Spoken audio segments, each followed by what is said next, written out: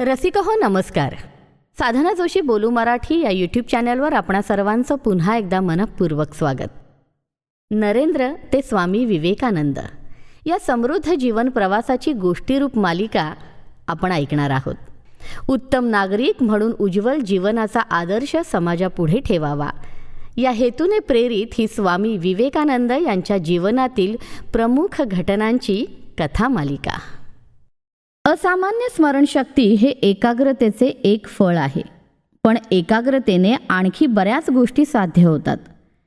स्वामी विवेकानंद दुसऱ्यांदा अमेरिकेला गेले होते तेव्हाची ही गोष्ट.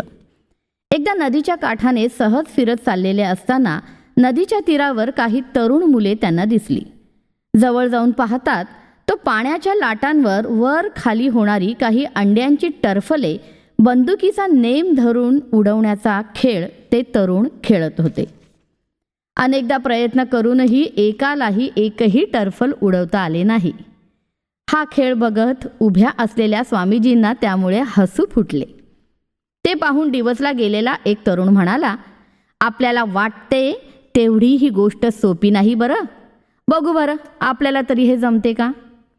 स्वामीजींनी काहीही न बोलता बंदूक हातात घेतली आणि एका मागून एक अशी 12 हलती टरफले अचूक नेम धरून उडवली.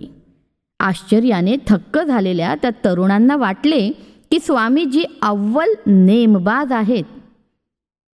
छे छे, मी तर आयुष्यात पहिल्यांदाच बंदूक हातात घेतलीये, स्वामीजी म्हणाले. मग त्यावरती मुलं म्हणाली, मग तरीही इतकी अचूक नेमबाजी आपण कशी केलीत. स्वामीजी म्हणाले, एकाग्रतेमुळे, संपूर्ण एकाग्रतेमुळे अशा गोष्टी अगदी सहज साध्य होतात.